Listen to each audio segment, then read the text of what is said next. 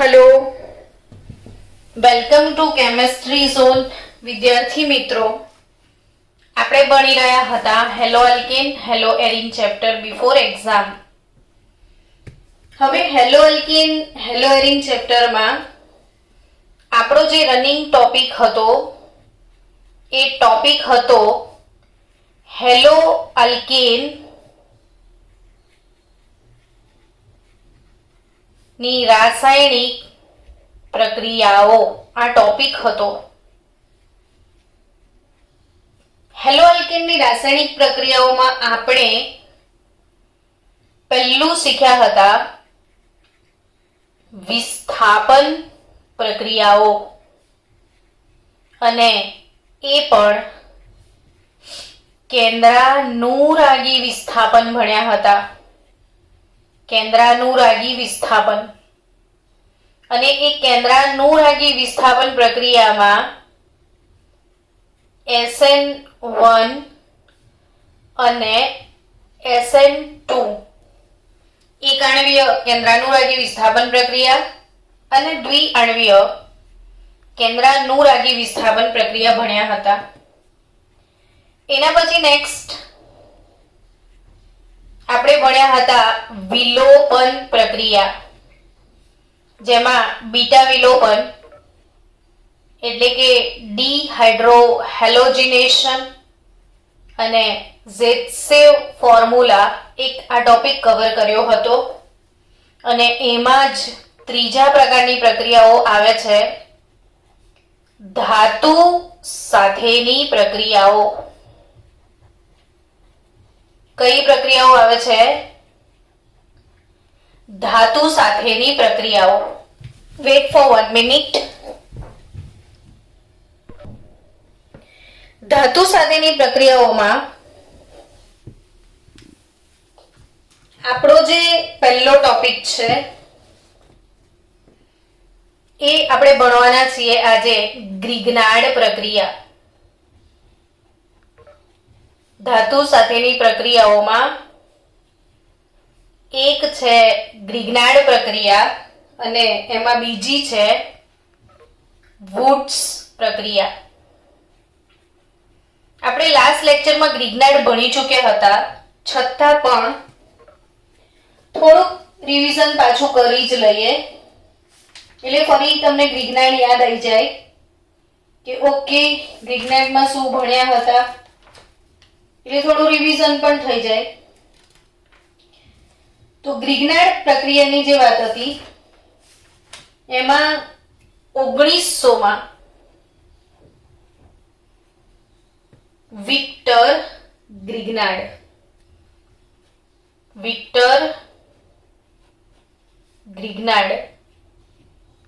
એક ગ્રિગ્નાર્ડ રિએજન્ટ બનાવ્યો હતો, ગ્રિગ્નાર્ડ પ્રક્રિયક। ને આ ગ્રિગ્નાર્ડ પ્રક્રિયક એટલે RMgX। એમાં R એટલે આલ્કાઇલ સમૂહ તરીકે R છે, M એટલે મેગ્નેશિયમ, Mg એટલે મેગ્નેશિયમ, અને X એટલે હેલોજન। તો alkyl magnesium halide, alkyl magnesium halide એટલે RMgX। અને આ RMgX જે છે ગ્રિગ્નાર્ડ પ્રક્રિયક, તો એ ગ્રિગ્નાર્ડ પ્રક્રિયક RMgX અને એની પ્રક્રિયા હેલો અલ્કેન સાથે થાય। ગ્રિગ્નાર્ડ પ્રક્રિયકની પ્રક્રિયા હેલો અલ્કેન સાથે થાય તો હેલો ગાયબ થઈ જાય, અર્થાત તમને પ્રોડક્ટ તરીકે ફક્ત અલ્કેન મળવાનું છે। આવી રીતે મોડે કરજો તો જલ્દી યાદ રહી જશે કે હેલો અલ્કેન ગ્રિગ્નાર્ડ હેલો ગાયબ। શું બોલવાનું? હેલો અલ્કેન ગ્રિગ્નાર્ડ ઓ હેલો ગાયબ। ક્લોરોઇથેન ગ્રિગ્નાર્ડ ઇથેન, ક્લોરોપ્રોપેન ગ્રિગ્નાર્ડ પ્રોપેન। અર્થાત કે શેમાંથી શું મળશે એ બહુ જ ઇમ્પોર્ટન્ટ વાત છે। ગ્રિગ્નાર્ડ પ્રક્રિયા આપણે ભણી રહ્યા છીએ હેલો આલ્કેનની રાસાયણિક પ્રક્રિયાઓ. હેલો આલ્કેનની રાસાયણિક પ્રક્રિયાઓમાં વિસ્થાપન વિલોપન પછી ધાતુ સાથેની પ્રક્રિયા, અને ધાતુ સાથેની પ્રક્રિયામાં પહેલું છે ગ્રિગ્નાર્ડ પ્રક્રિયા. ને ગ્રિગ્નાર્ડ પ્રક્રિયામાં ગ્રિગ્નાર્ડ પ્રક્રિયક હેલો આલ્કેન સાથે પ્રક્રિયા કરે તો હેલો ગાયબ, ફક્ત આલ્કેન બચશે. આ ગ્રિગ્નાર્ડ પ્રક્રિયકની વાત કરીએ તો કાર્બધાત્વિક સંયોજનોની દુનિયામાં ગ્રિગ્નાર્ડ પ્રક્રિયકનું નામ બહુ જ જાણીતું છે. કાર્બધાત્વિક એટલે શું એ સમજાવી દો પહેલા તમને કે કાર્બનિક હેલાઇડ સંયોજનો, આ ગ્રિગ્નાર્ડ પ્રક્રિયક કાર્બધાત્વિક એટલે ઓર્ગેનો મેટાલિક, અગત્યનો એક ઓર્ગેનો મેટાલિક કમ્પાઉન્ડ એટલે ઓએમસી કમ્પાઉન્ડ છે. ઓએમસી કાર્બ ધાત્વિક એનો ગુજરાતી વર્ડ છે. ઓર્ગેનિક એટલે કાર્બનિક, મેટાલિક એટલે ધાત્વિક. તો કાર્બધાત્વિક સંયોજનો કોને કહેતા હોય છે એ સમજીએ. તો જ્યારે કાર્બનિક હેલાઇડ સંયોજનો, કાર્બનિક હેલાઇડ એટલે કે હેલો આલ્કેન વાળા સંયોજનો, આ કાર્બનિક હેલાઇડ સંયોજનો કેટલીક ધાતુઓ સાથે પ્રક્રિયા કરે છે.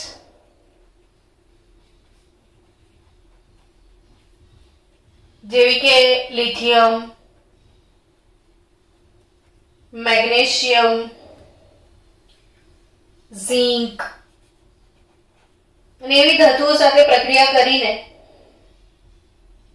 જે સંયોજનો બનાવે એને કાર્બધાત્વિક સંયોજનો કહેવાય. લેડ પણ હોય છે. તો એવા સંયોજનો for example CH3Li, dimethyl zinc, tetraethyl lead, C2H5 ethyl group કહેવાય, C2H5, tetraethyl lead, TEL anti knocking substance છે. એન્જિનની કાર્યક્ષમતા વધારવા માટે પેટ્રોલ સાથે મિક્સ કરીને નાખવામાં આવે છે. ટેટ્રાઇથાઇલ લેડ. તો બધા કાર્બધાત્વિક સંયોજનો છે. ટૂંકમાં ઓર્ગેનિક કમ્પાઉન્ડ જ્યારે ધાતુ સાથે પ્રક્રિયા કરીને ઓર્ગેનિક અને ધાતુનો જે સંગમ થાય છે જેને ઓએમસી કાર્બધાત્વિક સંયોજન કહેવાય. ને ખરેખર આ ગ્રિગ્નાર્ડ પ્રક્રિયક એટલે આ કાર્બનિક હેલાઇડ RX ને એમાં ધાતુ એ કાર્બધાત્વિક સંયોજન છે. ગ્રિગ્નાર્ડ પ્રક્રિયક જે છે એમાં ભેજ ના હોવો જોઈએ. કેમ કે આ જે RMgX છે બરાબર, તો ધાતુ હંમેશા કોઈનો ઇલેક્ટ્રોન લે નહીં, એ દાન કરે. તો મેગ્નેશિયમ આ આલ્કાઇલને દાન કરી રાખે છે. એટલે અહીંયા જે આ R સમૂહ છે ને એ નેગેટિવ છે, કાર્બ એનાયન તરીકે વર્તે છે. આ જે R વાળો ભાગ છે અહીંયા એ કાર્બ એનાયન બનશે કારણ કે ધાતુ હંમેશા ધન રહેશે આમાં. તો આ જે ગ્રિગ્નાર્ડ પ્રક્રિયક છે એમાં જે R છે કાર્બ એનાયન તરીકે હોય છે. જે ઇલેક્ટ્રોન એની પાસે છે, ધાતુ એને ઇલેક્ટ્રોન આપે છે. એનાયન એટલે એ જ કે ઋણાયન. એનાયન એટલે શું બાળકો? ઋણાયન. ને ઋણાયન એ હોય જેના પર ઋણ વીજભાર હોય, એટલે આ ઇલેક્ટ્રોન માટેનો સ્ત્રોત કહેવાય. બીજાને ઇલેક્ટ્રોનનું દાન કરી શકશે. એટલે આ જે R છે ને એ કેવો છે એ યાદ રાખજો. પ્રબળ કેન્દ્રાનુરાગી છે. પ્રબળ કેન્દ્રાનુરાગી. કેન્દ્ર માટે અનુરાગ. કેન્દ્રમાં પ્રોટોન હોય ને પ્રોટોન માટેનો અનુરાગ છે. અને આ પોતે ઋણ છે અને ધન માટે બહુ પ્રેમ છે એવું સમજજો.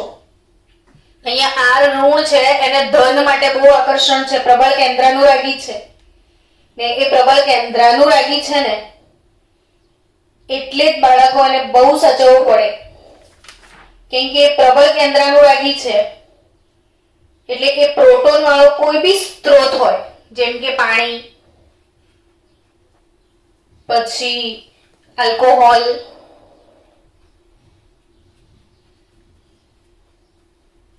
એમાઇન, આ બધા જે પ્રોટોન વાળા સ્ત્રોત, ધન વીજભાર વાળા સ્ત્રોત જેના પાસે H+ હોય એ તમામ સાથે આ બહુ ઝડપથી પ્રક્રિયા કરે છે, કેમ કે R જે છે એ ઋણ છે, ઇલેક્ટ્રોનનો સ્ત્રોત છે, એટલે જેના પાસે હાઇડ્રોજન હોય એના પાસે એ ઝડપથી પ્રક્રિયા કરે છે. એટલે યાદ રાખવાનું બાળકો કે આ જે ગ્રિગ્નાર્ડ પ્રક્રિયક છે ને, આ હું નીટ લેવલે તમને શીખાઈ રહી છું યાદ રાખવાની વાતો, કે એમાં બિલકુલ ભેજ ના હોવો જોઈએ, એમાં ભેજ ના હોવો જોઈએ, અને બિલકુલ ભેજ ના હોવો જોઈએ એના માટે જ એને કમ્પ્લીટ સૂકો કરવામાં આવે છે. એટલે એની જે પ્રક્રિયા છે એ શુષ્ક ઈથર સાથે થાય છે.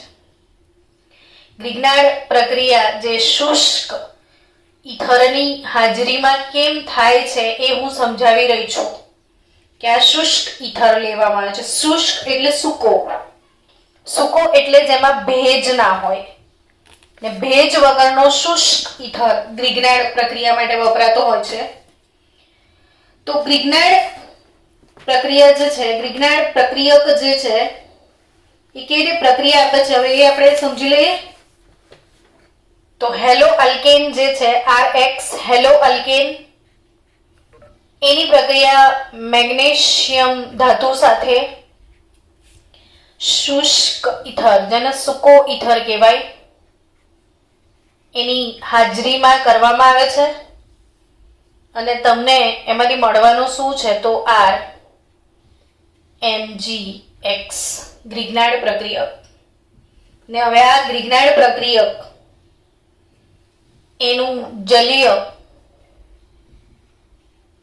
HX, અહીંયા HCl, HBr જેવો હેલોજન હશે એવું HX તમે વાપરી શકો છો. તો RH એટલે અલ્કેન અને Mg આ H, MgX2 મેગ્નેશિયમ ડાયહેલાઇડનું તમને મિશ્રણ મળી જશે. નાઉ આના 4-5 ઉદાહરણ વડે સમજીએ કે CH3 CH2 Cl ethyl chloride અથવા ક્લોરોઇથેન. આ ક્લોરોઇથેનની પ્રક્રિયા મેગ્નેશિયમ ધાતુ સાથે થાય સૂકા ઈથરની હાજરીમાં. ડ્રાય ઈથર, શુષ્ક ઈથર. તો CH3 CH2 Cl વચ્ચે આવી જશે મેગ્નેશિયમ, RMgX થઈ ગયો, ઇથાઇલ મેગ્નેશિયમ ક્લોરાઇડ. ને આ ઇથાઇલ મેગ્નેશિયમ ક્લોરાઇડ સાથે જલીય HCl વાપરીશું તો આ H ત્યાં જતો રહેશે એટલે CH3 થઈ જશે ethane. Hello hello hello hello बोल के हेलो हटाना है तो ग्रिग्नार्ड, तो MgCl2 મેગ્નેશિયમ ડાયહેલાઇડ તમને મળશે. હવે એક કામ કરજો બાળકો, આ ethyl chloride, propyl chloride, butyl CH2Cl butyl chloride, pentyl chloride, એ તમામની આ ગ્રિગ્નાર્ડ પ્રક્રિયા તમે લખો એટલે ઓટોમેટિકલી ગ્રિગ્નાર્ડ સંપૂર્ણ રીતે તૈયાર થઈ જાય. તો ગ્રિગ્નાર્ડ પ્રક્રિયા CH3 આયોડોમિથેન સપોઝ લીધો હોય ને મેગ્નેશિયમ ડ્રાય ઇથર તો CH3MgI મિથાઇલ મેગ્નેશિયમ આયોડાઇડ, ને જલીય HI તમે વાપરો તો CH4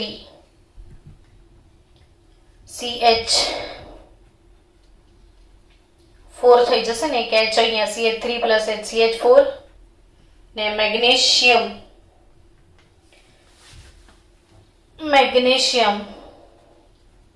OH અને I, કેમ કે જે જલીય છે એ જલીય માધ્યમમાં જલીય HI છે તો અહીંયા પાણી સાથે પ્રક્રિયા થઈ ને તમને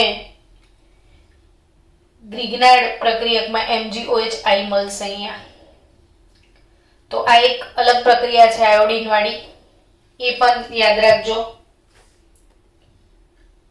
હવે આપણે આગળ વધીએ. જલીય હતો એટલે જ ગ્રિગ્નાર્ડ પ્રક્રિયકની પાણી સાથે પ્રક્રિયા થઈ. આગળ નવી પ્રક્રિયા વુડ્સ પ્રક્રિયા. કઈ પ્રક્રિયા શીખવા જઈ રહ્યા છીએ? બીજી પ્રક્રિયા કઈ? વુડ્સ. હું 12મા ધોરણમાં હતી ને ત્યારે આ વુડ્સ પ્રક્રિયા હું ભણી હતી કેમેસ્ટ્રીમાં, ને ત્યારે મેં યાદ રાખ્યું હતું બાળકો કે વુડ્સ એટલે શું, તો કે બમણા કાર્બન. સ્ટીલ 12મા ધોરણમાં હું જે રીતે બોલતી હતી એ જ રીતે રોજે મને યાદ આવે કે વુડ્સ એટલે શું, તો કે બમણા કાર્બન. શું બોલવાનું? વુડ્સ એટલે બમણા કાર્બન. તો હંમેશા વુડ્સ પ્રક્રિયા, હેલો અલ્કેનની વુડ્સ પ્રક્રિયા, તો આવી રીતે તમારે લખી દેવાનું કે વુડ્સ પ્રક્રિયા લખો છો તો બમણા કાર્બન એવું લખી રાખવાનું.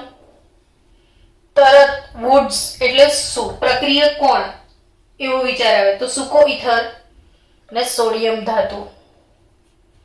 સૂકો ઈથર પ્લસ સોડિયમ ધાતુ. ધાતુ સાથેની પ્રક્રિયામાં આ મેગ્નેશિયમ ધાતુને સૂકો ઈથર હતો, આ સોડિયમ ધાતુને સૂકો ઈથર ને બમણા કાર્બન. એટલે આજે આખો દિવસ વારંવાર અને મેમોરાઇઝ કરજો બાળકો. વુડ્સ બમણા કાર્બન. શું બોલશો? વુડ્સ બમણા કાર્બન, સૂકો ઈથર અને સોડિયમ. તો મૂળ હેલો અલ્કેનમાં જે કાર્બન હોય એના કરતા તમને બમણા કાર્બન ધરાવતો અલ્કેન મળશે. જેમ કે આપણે ઉદાહરણ લઈએ કાર્બનિક હેલાઇડ RX 2 મોલ. એની પ્રક્રિયા 2 મોલ સોડિયમ સાથે થશે. સૂકો ઈથર,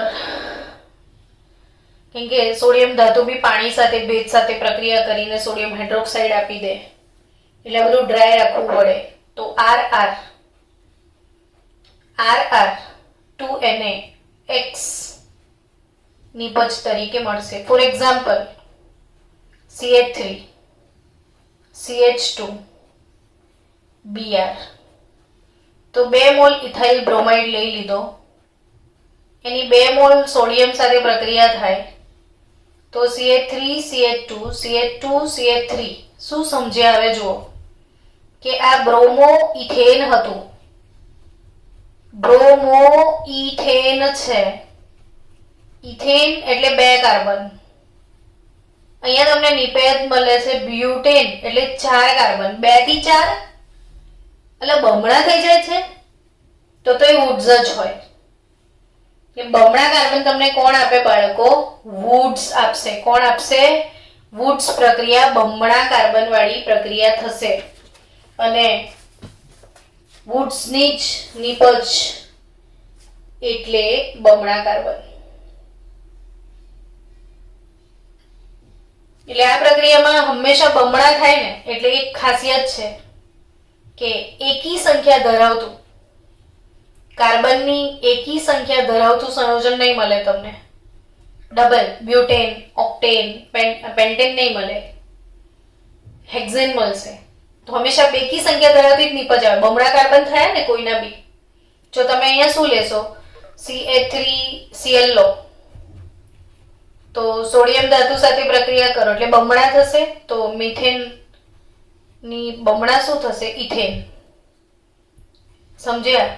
એટલે જેમાં કાર્બનની સંખ્યા બેકી સંખ્યા હોય જનરલી એવા જ સંયોજનો તમને અહીંયા નિપજ સ્વરૂપે મળશે. તો આજે ધાતુ સાથેની પ્રક્રિયા કે જે ગ્રિગ્નાર્ડ અને વુડ્સ એ આપણે પૂરી કરી ને આ તમામ પ્રક્રિયાઓ જે આપણે પૂર્ણ કરી છે ને બાળકો, એ તો હેલો અલ્કેનની છે. હજી આમાં વિલોપન વિરુદ્ધ વિસ્થાપન ને એ બધા ટોપિક છે. ચોપડીના સ્વાધ્યાયના ઇન્ટેક્સ પ્રશ્નો, લખાણ સંબંધિત પ્રશ્નોની પણ આપણે ડિસ્કસ કરવાના છીએ. તો આજે હવે આપણે આગળ શું ભણવાના છીએ કહી દઉં. તો આજનો આગળનો ટોપિક છે, આપણે શરૂ કરીએ હેલો એરિન સંયોજનોની પ્રક્રિયાઓ. જેમ હેલો અલ્કેનની ભણ્યા તેમ હવે કોની? તો કે હેલો એરિનની. હવે હેલો એરિન સંયોજનો ની પ્રક્રિયાઓ આ શરૂ કરીએ હેલો એરિન સંયોજનોની પ્રક્રિયાઓ. તો કે કેવી કેવી પ્રક્રિયાઓ આપશે? તો કે પેલા લોકોએ કઈ આપી હતી? તો કે એમને તો વિસ્થાપન આપી હતી, વિલોપન આપી હતી, ધાતુ સાથે આપી હતી. તો આ આપશે કે નહીં? એટલે પહેલું જ વિચાર આવે કે ચલો ફોકસ કરીએ કેન્દ્રાનુરાગી વિસ્થાપન પ્રક્રિયા પર. શું એ આપે છે? નહીં આપતા, એના પર ધ્યાન આપીએ. તો જનરલી હેલો એરિન સંયોજનો માં કેન્દ્રાનુરાગી વિસ્થાપન પ્રક્રિયાઓ હેલો આલ્કેન જેટલી સરળ નથી. એટલે એવું કહી શકાય કે આ પ્રક્રિયાઓ આ સંયોજનો માટે કેવી? તો કે મુશ્કેલ. એટલે હવે તમે મને પ્રશ્ન પૂછશો કેમ મેડમ, શું કામ મુશ્કેલ છે? તો હું એના કારણો તમને સમજાવીશ કે એ પ્રક્રિયાઓ મુશ્કેલ હોવાના કારણો શું છે. તો એમાં પહેલું કારણ સમજીએ સ્પંદન અસર. પહેલું કારણ સ્પંદન અસર સમજીએ. હેલો આલ્કેનના સ્પંદન સૂત્રો, બાળકો હેલો એરિનના સ્પંદન સૂત્રો દોરતા શીખી જજો. આ સ્પંદન સૂત્રો તમારે દોરવા અનિવાર્ય છે, દોરવા જ જોઈએ, કારણ કે એક્ઝામમાં આવશે જ. હેલો એરિન હેલોજનના પાસે 1 2 3 4 5 6 ઇલેક્ટ્રોન હશે ને 7મો ઇલેક્ટ્રોન એ ભાગીદારીમાં વાપર્યો છે. એટલે અહીંયા Cl Br કે કંઈ પણ હોય તો એની પાસે 1 2 ને 3 ઇલેક્ટ્રોન યુગ્મ હોય છે. હવે આ ઇલેક્ટ્રોન યુગ્મનું અહીંયા દાન થશે. તમે ઘરે પ્રેક્ટિસ કરજો સ્પંદન સૂત્રો દોરવાની. ક્લોરીન પાસે આપણે મેં અહીંયા x તરીકે ક્લોરીન લઈ લીધો છે કે હેલોજન રાખો, શું ફરક પડે છે? એણે પોતાના ઇલેક્ટ્રોન યુગ્મનું અહીંયા દાન આપ્યું. દાન આપવાથી શું ફરક પડે છે? તો કે અહીંયા દાન આપશે એટલે દ્વિબંધનો લક્ષણ આવી જશે અહીંયા. હવે અહીં દ્વિબંધ આવે તો કાર્બનને પછી 5 વેલેન્સી થઈ જાય, એટલે આ દ્વિબંધ તૂટી જાય. આ ઇલેક્ટ્રોન યુગ્મ અહીંયા ઓર્થો સ્થાન પર બાર આ વાળો કાર્બન આ ઇલેક્ટ્રોનને ગ્રહણ કરી લેશે. આ ઇલેક્ટ્રોન અહીંયા જે હતું એનું દાન થયું એટલે એણે ધન વીજભાર પ્રાપ્ત કર્યો. હવે આ દ્વિબંધ 2 તો છે જ. આગળ શું થશે? તો કે સ્પંદન એટલે હવે આ ઇલેક્ટ્રોન યુગ્મનું અહીંયા ફરી દાન થઈ જશે.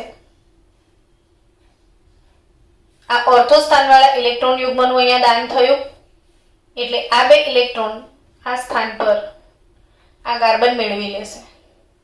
અહીંયા દાન થશે એટલે આ બંને ઇલેક્ટ્રોન અહીંયા નીકળી જશે બહાર. સ્પંદન આંશિક દ્વિબંધ લક્ષણ એ તો રહેવાનું જ છે. હજી ફરીથી આ ઇલેક્ટ્રોન યુગ્મનું અહીં દાન થઈ જશે. હવે અહીં દાન થશે એટલે અહીં દ્વિબંધ આવશે તો આ ઇલેક્ટ્રોન એ અહીંયા બહાર નીકળી જશે ઓર્થો સ્થાન પર. ક્લોરીન એના પર ધન વીજભાર અહીંયા દાન થયું છે, આ બહાર નીકળી જશે. હવે આ ફરી દાન કરશે એટલે હતું એવું ને એવું સૂત્ર પાછું આવી જશે. ફરીથી અહીંયા આ ક્લોરીન સમજુ તો આ રીતે એક સ્પંદન પૂર્ણ થઈ ગયું, એક ચક્ર. આમ સ્પંદનના કારણે પ્રોબ્લેમ શું થાય એ સમજીએ. તો કે સ્પંદનના લીધે અહીંયા કાર્બન અને હેલોજન વચ્ચે આંશિક દ્વિબંધ લક્ષણ ઉદ્ભવે છે. કાર્બન ને હેલોજન વચ્ચે આંશિક દ્વિબંધનો લક્ષણ ઉદ્ભવે છે, આંશિક દ્વિબંધ. પરિણામે CX બંધ જે છે એ ટૂંકો બને. તમને ખ્યાલ હશે બાળકો કે કાર્બન સિંગલ બંધ હોય તો 154 પિકોમીટર ને દ્વિબંધ હોય તો 134 પિકોમીટર ને ત્રિબંધ હોય તો 120 પિકોમીટર.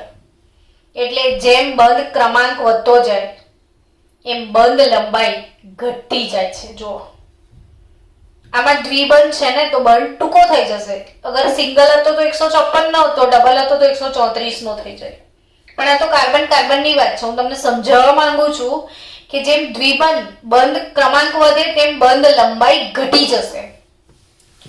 એટલે જો આપણે કમ્પેરિઝન કરીએ હેલો અલ્કેન નો CX બંધ તો આ કાર્બન અને હેલો એરિન નો CX બંધ તો આંશિક દ્વિબંધ લક્ષણ ને આંશિક દ્વિબંધ લક્ષણના કારણે આ જે હેલો અલ્કેન વાળો CX બંધ છે ને CCl જે 177 પિકોમીટર નો છે, અહીંયા જો Cl લઉં તો, ને આ જે CCl બંધ છે એ 169 પિકોમીટર નો છે. તો આ જે આંશિક દ્વિબંધના કારણે જે બંધ ટૂંકો બંધ છે, જે બંધ કેવો છે બાળકો? ટૂંકો બંધ છે. આ ટૂંકો બંધ છે, આ લાંબો છે. સોરી, આ લાંબો છે, આ ટૂંકો છે. ને ટૂંકો જલ્દી ના તૂટે. સમજ્યા? આ જલ્દી તૂટી જશે. તૂટી જશે તો આ નીકળી જશે. નીકળીને કોઈ બીજું આવી શકશે. એટલે કેન્દ્રાનુરાગી વિસ્થાપન પ્રક્રિયાઓ હેલો અલ્કેન માટે સરળ બની જાય છે. જ્યારે હેલો એરિનમાં આ સ્પંદનના લીધે આંશિક દ્વિબંધ લક્ષણ ઉદ્ભવવાના લીધે કાર્બન હેલોજન બંધ ટૂંકો બને છે ને પરિણામે ટૂંકો બંધ બનવાના કારણે જલ્દી બંધ તૂટતો જ નથી. ને તૂટે નહીં તો લોકો નવા આવે ક્યાંથી? એટલે એવું કહી શકાય કે હેલો એરિનની વિસ્થાપન પ્રક્રિયાઓ મુશ્કેલ છે કારણ કે આ બંધ ટૂંકો છે. હજી બીજું પણ એમાં કારણ છે. CX બંધનો સ્વભાવ. CX બંધ કાર્બન હેલોજન બંધનો સ્વભાવ ને કાર્બન હેલોજન બંધનો જે સ્વભાવ છે ને એ સ્વભાવ નો શું પ્રભાવ છે એ સમજીએ. અને જે સ્વભાવનો જે પ્રભાવ છે એ સમજીએ તો આ જે કાર્બન હેલોજન બંધ છે એમાં આ વાળો જે કાર્બન છે એ sp2 સંકૃત કાર્બન છે એરિન સંયોજનોમાં. જ્યારે હેલો અલ્કેનમાં હેલોજનની બાજુવાળો કાર્બન sp3 સંકૃત કાર્બન છે. બીજું છે CX બંધનો સ્વભાવ. અને એ CX બંધનો સ્વભાવ કઈ રીતે? તો કાર્બન પરમાણુના સંકરણનો તફાવત. કાર્બન પરમાણુના સંકરણનો તફાવત સમજો કે આ સંકરણ sp2, આ સંકરણ sp3. ઓબ્વિયસલી sp2 સંકરણ ધરાવતો કાર્બન વધુ વિદ્યુત ઋણીય હોય. sp2 સંકરણ ધરાવતો કાર્બન આમાં જેમ જેમ S લક્ષણ વધે એમ વિદ્યુત ઋણતા વધે. આપણે એવું ભણ્યા હતા. sp3 sp2 ને sp તરફ જાવ તો S લક્ષણ વધે. આમાં 50% S લક્ષણ છે એટલે વિદ્યુત ઋણતા વધે. આ કાર્બન વધુ વિદ્યુત ઋણીય હોય. અને એટલું બી ડિટેલમાં ના જાવ તો બી સિમ્પલ લોજિક છે કે sp2 સંકરણ એટલે ડબલ બોન્ડ એટલે બંધ ટૂંકો હોય ને આ લાંબો હોય. તો અહીંયા સંકરણનો જે તફાવત છે એના કારણે CX બંધ આમાં વિદ્યુત ઋણતા કાર્બનની વધારે છે એટલે વધુ મજબૂત બંધ છે ને વધુ મજબૂત બંધ હોવાથી આ જલ્દી તૂટી ના શકે. એટલે સંકરણના તફાવતને આધારે પણ કહી શકાય કે આ કાર્બન અને હેલોજન બંધ જલ્દી તૂટશે નહીં. જ્યારે આ તૂટશે જલ્દી એટલે આની વિસ્થાપન પ્રક્રિયા મુશ્કેલ બનશે. ને ત્રીજું કારણ છે એ અસ્થાયી ફિનાઇલ કેટાયન. અસ્થાયી ફિનાઇલ કેટાયન. જો આપણે આવું કંઈક હોય CH3 CH3 તૃતીયક બ્યુટાઇલ ક્લોરાઇડ. જ્યારે એનું વિસ્થાપન થતું હતું તો ક્લોરીન છૂટો પડી જતો હતો, એટલે વધતો તો કાર્બોકેટાયન. સમજી રહ્યા છો ને? આ કાર્બોકેટાયન એવો કાર્બન જેના પર ધન વીજભાર હોય એવો કાર્બોકેટાયન, ને કાર્બોકેટાયન સ્વભાવે સ્થાયી હતો, 3 ડિગ્રી કાર્બોકેટાયન, અને સ્થાયી છે એટલે જલ્દીથી આ બંધ તૂટી જશે. જ્યારે જો એ હેલોએરિન હોત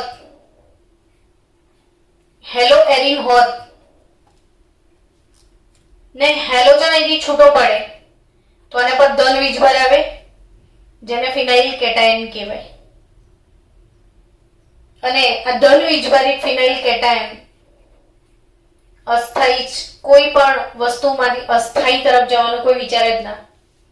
એટલે આ હેલોએરિન જો તૂટે તો અસ્થાયી થાય. તો શું કામ તૂટે? ના તૂટે એટલે જ એનું સ્વ આયનીકરણ થતું નથી, એ તૂટવા ઈચ્છતો જ નથી, એટલે એનું સ્વ આયનીકરણ શક્ય નથી.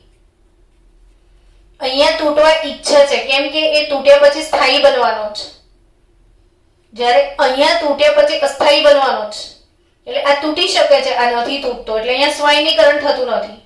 આમ જે અગત્યના 3 કારણો છે, એક છે સ્પંદન અસર, બીજું છે કાર્બન પરમાણુના સંકરણનો તફાવત, અને ત્રીજું કારણ છે અસ્થાયી ફિનાઇલ કેટાયન. આ 3 મુખ્ય કારણોના લીધે આ CX બંધ ટૂંકો બનવાના લીધે જલ્દી તૂટે નહીં, એટલે વધુ ઉર્જા જોઈએ. પરિણામે હેલોએરિન જે છે એમની કેન્દ્રાનુરાગી પ્રક્રિયાઓ ખૂબ જ મુશ્કેલ છે. હેલોએરિનની કેન્દ્રાનુરાગી પ્રક્રિયાઓ ખૂબ જ મુશ્કેલ છે. બાળકો યાદ રહ્યું? તો શું એ પ્રક્રિયા ના આપે? હવે તો કે મુશ્કેલ છે, તોડવા માટે વધારે ઉર્જા જોઈએ, તમે બહુ ઉર્જા આપો તો પછી આપશે એ પ્રક્રિયા. એટલે હેલોએરિન પ્રબળ પરિસ્થિતિ હોય, હેલોએરિન નિર્બળ પરિસ્થિતિમાં વિસ્થાપન પ્રક્રિયા નહીં આપે, પણ હેલોએરિન પ્રબળ પ્રક્રિયા પરિસ્થિતિ, ને પ્રબળ પ્રક્રિયા પરિસ્થિતિ એટલે બાળકો બહુ જ ઊંચું તાપમાન, ઊંચું દબાણ, સાંદ્ર પ્રક્રિયકો, ઉદ્દીપકો, ઘણા બધા પરિબળો હશે ત્યારે પ્રક્રિયા આપશે. અને એમાંની કેટલીક કેન્દ્રાનુરાગી વિસ્થાપન પ્રક્રિયાઓ હેલોએરિનની આપણે સમજીએ. તો પહેલું જ આવે હેલોએરિન માં OH સમૂહ દ્વારા. હેલોએરિનમાં OH સમૂહ, હેલોએરિનમાં OH સમૂહ દ્વારા વિસ્થાપન પ્રક્રિયા. હેલોએરિનમાં OH સમૂહ દ્વારા વિસ્થાપન પ્રક્રિયા. તો હેલોએરિન એમાં OH સમૂહ દ્વારા વિસ્થાપન, આ પ્રક્રિયા ભણી લઈએ. તો ક્લોરોબેન્ઝીન લઈએ આપણે, ને આ ક્લોરોબેન્ઝીનમાં ક્લોરીનનું વિસ્થાપન OH વડે કરવું છે. ક્લોરોબેન્ઝીનમાં ક્લોરીનનું વિસ્થાપન કોના વડે કરવું છે? OH વડે. તો એની પ્રબળ પ્રક્રિયા પરિસ્થિતિ કઈ? તો એ પ્રક્રિયા પરિસ્થિતિ ભૂલ્યા વગર યાદ રાખજો. એક તો NaOH પ્રબળ લેવાનો છે, ને 623 કેલ્વિન તાપમાને ને 300 વાતાવરણ દબાણે આ પ્રક્રિયા કરવાની છે. 623 કેલ્વિન તાપમાન, 300 વાતાવરણ દબાણ, અને સેકન્ડ સ્ટેપમાં જલીય એસિડ વડે જળ વિભાજન. ત્યારે તમને ક્લોરીનનું વિસ્થાપન OH વડે મળશે. ટૂંકમાં આપણે યાદ રાખવાનું છે કે પ્રબળ પ્રક્રિયા પરિસ્થિતિમાં કેન્દ્રાનુરાગી વિસ્થાપન થાય છે. અને અહીં અવશ્ય યાદ રાખજો બાળકો કે ક્લોરોબેન્ઝીનમાંથી ફિનોલ કેવી રીતે બનાવાય. ક્લોરોબેન્ઝીનથી ફિનોલ મેં ગઈકાલે તમને બધા પરિવર્તનો લખીને મોકલ્યા હતા. એ તમામ પરિવર્તનોમાં આ બધી જરૂર પડે કે ક્લોરોબેન્ઝીનથી ફિનોલ બને તો યસ, ક્લોરોબેન્ઝીનથી ફિનોલ આ પરિસ્થિતિમાં બનશે. પણ જો આ પ્રક્રિયા આ પ્રબળ પરિસ્થિતિમાં 6 થી 8% જલીય NaOH વાપરવાનો છે. 6 થી 8% જલીય NaOH. અને આ પરિસ્થિતિ આ પ્રક્રિયાને OH નું વિસ્થાપન હજી સરળ બનાવવું છે તો બીજો પણ એક રસ્તો છે. OH નું વિસ્થાપન સરળ કેવી રીતે બને એ સમજીએ. તો કે OH નું વિસ્થાપન સરળ બનાવવા માટે અગત્યની વાત છે બાળકો, પરીક્ષા માટે યાદ રાખજો. ક્લોરોબેન્ઝીન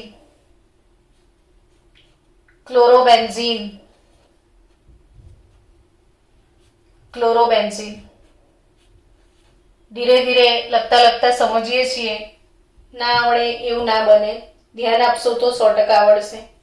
એના ઓર્થો સ્થાન પર ને પેરા સ્થાન પર NO2 સમૂહની હાજરી લગાવી દીધી છે. જો અહીંયા પેરા સ્થાન પર NO2 છે, આમાં ઓર્થો પર પણ લીધું ને આમાં બંને ઓર્થોને પેરા પર લઈએ. આમાં 3 NO2 છે. હવે તમને એમ થાય કે NO2 શું કામ લગાડવાના? તો કે NO2 યાદ રાખજો બાળકો, NO2 યાદ રાખજો, પ્રબળ લૂંટણીઓ છે. પ્રબળ ઇલેક્ટ્રોન આકર્ષક સમૂહ છે.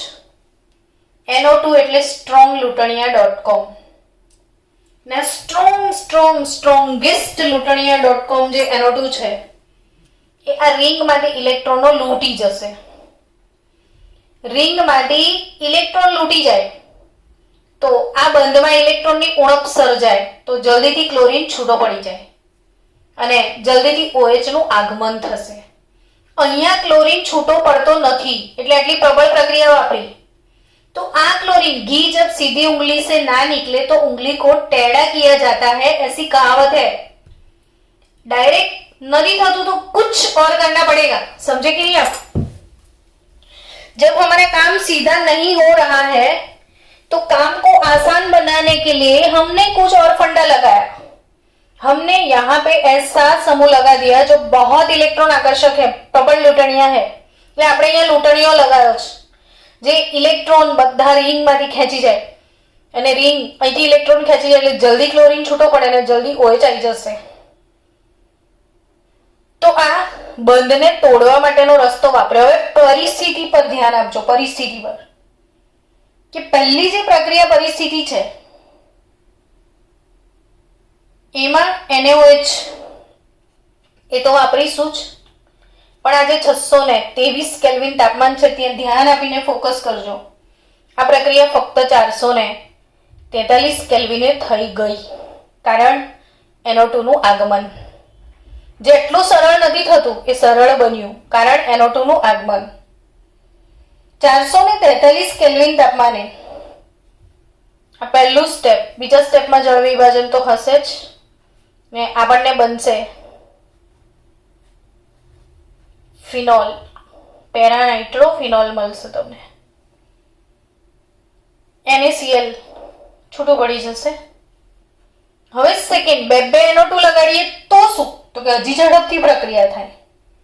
તાપમાન NaOH તો ખરો જ, તાપમાન 368 કેલ્વિન. જો તાપમાન 623 થી 443 થી 368 પર આવી ગયા આપણે, હજી વધારે ઝડપથી પ્રક્રિયા થાય છે. H+ અને બહુ ઝડપથી ઇલેક્ટ્રોન અનુરાગી વિસ્થાપન પ્રક્રિયા અહીંયા મળે છે. બીજી પણ એક અગત્યની નોંધવાની બાબત છે કે આ પહેલામાં 55% નિપજ મળે છે, એની સાથે બીજી જે રાસાયણિક પ્રક્રિયા છે એ 76% નીપજ આપી દે છે. અરે બાપરે, 76% પ્રોડક્ટ અહીંયા મળે છે, 55% ઓનલી. અને જો 3 NO2 લગાવો છો તો 3 કેલ્વિન તાપમાને પ્રક્રિયા થઈ જાય. 3 NO2 333 કેલ્વિન તાપમાને 3 તરી 9 93% બધું 3 ની લાઈનમાં છે. 2 4 6 3 NO2 કેલ્વિન ટેમ્પરેચર 3 તરી 9 અને આ 3 તરી 9 ને 93% નીપજ તમને અહીંયા મળે છે. 93% નીપજ તમને મળે છે. કેટલા ટકા? 93%. ને તાપમાન તો જો કેટલું ઘટી ગયું, ક્યાં 623 ને ક્યાં 333. તો એક કમાલ કોણે કરી આપી? ઇલેક્ટ્રોન આકર્ષક સમૂહ લગાવવાના લીધે ક્લોરીનનું વિસ્થાપન આપણે ઝડપથી કરી શક્યા. 93% નીપજ સાથે તમને અહીંયા પ્રોડક્ટ મળશે. તો આજે આપણે ભણ્યા હેલો એરિન, કે જેમની ઇલેક્ટ્રોન અનુરાગી વિસ્થાપન પ્રક્રિયા કે જે પ્રબળ છે, મુશ્કેલ અને પ્રબળ પ્રક્રિયા પરિસ્થિતિમાં થાય છે. તો આ પ્રબળ પ્રક્રિયા પરિસ્થિતિમાં આપણે NO2 જેવા આકર્ષક સમૂહને લગાડીને આસાનીથી આ પ્રક્રિયા કરી શક્યા, ઓછી પ્રબળ પ્રક્રિયા પરિસ્થિતિમાં પણ. અને આ 2,4,6 ટ્રાઇનાઇટ્રોફિનોલ TNP પ્રોડક્ટ 93% તમને મળી. આમાં CN સમૂહ દ્વારા બી વિસ્થાપન શક્ય છે. યાદ રાખજો, આ બધું કન્વર્ઝનમાં તમને જોઈશે, પરિવર્તનોમાં. CN સમૂહ દ્વારા પણ વિસ્થાપન શક્ય છે. ક્લોરોબેન્ઝીનનો ક્લોરીન હટાઈને તમને સાયનાઇડ નાખવાની ઈચ્છા છે, સાયનોબેન્ઝીન બનાવવાની ઈચ્છા છે, તો NaCN અને ક્યુપ્રસ સાયનાઇડ પ્રક્રિયા યાદ રાખજો. પરિવર્તનો માટે NaCN Cl નું વિસ્થાપન CN વડે કરવું છે. Cl નું વિસ્થાપન CN વડે. NaCN અને cuprous cyanide Cu2Cn twice, cuprous cyanide Cu2Cn twice 473 kelvin તાપમાન, ઊંચું દબાણ 473 કેલ્વિન તાપમાન. અને તમને અહીંયા મળશે Cl ની જગ્યા પર CN. ફિનાઇલ સાયનાઇડ સાયનોબેન્ઝીન, ફિનાઇલ સાયનાઇડ સાયનોબેન્ઝીન તમને મળશે. તો આ અગત્યની પ્રક્રિયાઓ તમે ભણ્યા. આવતીકાલે આપણે ઇલેક્ટ્રોન અનુરાગી વિસ્થાપન પ્રક્રિયા સાથે ચેપ્ટર ઓલમોસ્ટ પૂરું થશે. પછી બચશે પોલીહેલો સંયોજનો અને આપણે પરિવર્તનોની ચર્ચા કરશું.